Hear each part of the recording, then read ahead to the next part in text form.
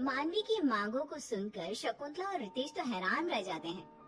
अरे मानवी बहू, आज सुबह चाय की जगह कुछ और तो नहीं गटक लिया? ये कैसी बहकी हुई बातें कर रही है? और ये तेरी जो मांगे है ना, इन्हें हम कैसे पूरा कर सकते हैं? ना, हमसे ये ना हो पाएगा। अरे ऐसे कैसे नहीं हो पाएगा? आपको करना ही होगा। जमीन बेच दो, गहने बेच दो, जो करना है करो, लेकिन मुझे इस खटारा लाइफ को अच्छी और क्लासी लाइफ बनाना है। और अगर ऐसा नहीं हुआ ना तो मैं मायके चली जाऊंगी, शहर, अपने घर। अरे नहीं, ऐसा मत करो। मैं इंतजाम करता हूँ, तुम्हारी सारी मांगे पूरी होंगी। तुम बस थोड़ा वक्त दे दो। लेकिन रिमेम्बर, ये थोड़ा वक्त कहीं ज्यादा वक्त हुआ ना तो फिर इसका अंजाम बहुत बुरा होगा। मानवी गांव में भरे बाजार में बाहर जाते समय वन पीस और वेस्टर्न कपड़े पहनने लगी, जिसे देखकर सभी उसकी निंदा करते और बुराई करते। अरे शकुंतला, कैसी बहू है तुम्हारी? सरेआम छोटे कपड़े पहनकर गांव में घूमती रहती है। तुम्हारी नाक काटने का पूरा बंदोबस्त कर रखा है तुम्हारी शहर से लाई बहू ने। हमें तो लगा कि शहर की बहू है, होनहार, एकदम हटके होगी, लेकिन ये तो तुम्हारी इज्जत की नैया पार करने पे तुली हुई है। शकुंतला को इन सब बातों का काफी बुरा लगता है और वो गुस्से से मानवी को चिल्लाती है। मानवी बहू, तुम्हारी अकल क्या घास चलने गई है? अरे माना कि शहरी हो, लेकिन जरा तो इज्जत का मान रख लेती मेरे और अपने पति का। क्यों?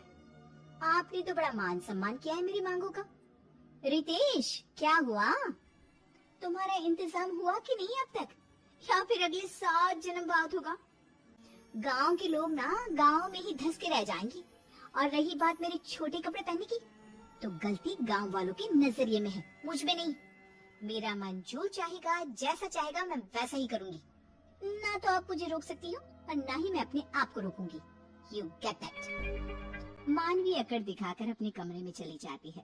शकुंतला और रितेश चिंताग्रस्त होकर एक दूसरे को देखते हैं।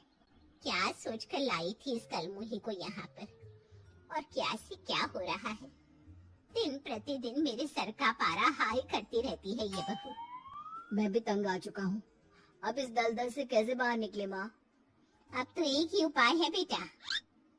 दिन ब दिन मानवी धीरे धीरे पूरे घर को बर्बाद करने लगती है और वो क्लेश के सिवा और कुछ नहीं करती। फिर एक दिन अचानक से रितेश और शकुंतला मानवी के सामने कुछ कागज रखते हैं। अरे ये क्या है? कौन से पेपर्स है? अपनी जमीन मेरे नाम कर रहे हो क्या? आई न्यू, आप लोग हो भले ही गांव के, लेकिन पैसा तो जम के भरा पड़ा है आप लोगों की तिजोरी में। वेल, अपनी प्रॉपर्टी मेरे नाम करने के लिए thank you so much Ritesh and mummy ji. अरे बैल बुद्धि, जरा कागजों को हाथ में उठाकर तो देख, खड़े खड़े ही ख्याली पुलाव पका रही है। जब मानवी उन कागजों को अपने हाथ में उठाती है, तब वो देखती है कि वो तो तलाक के कागजात हैं। ये क्या? रितेश, तुम मुझे तलाक दे रहे हो? हाँ मानवी, मुझे तुम्हारे साथ और नहीं रहना। तुम माँ की सहेली की बेटी थी।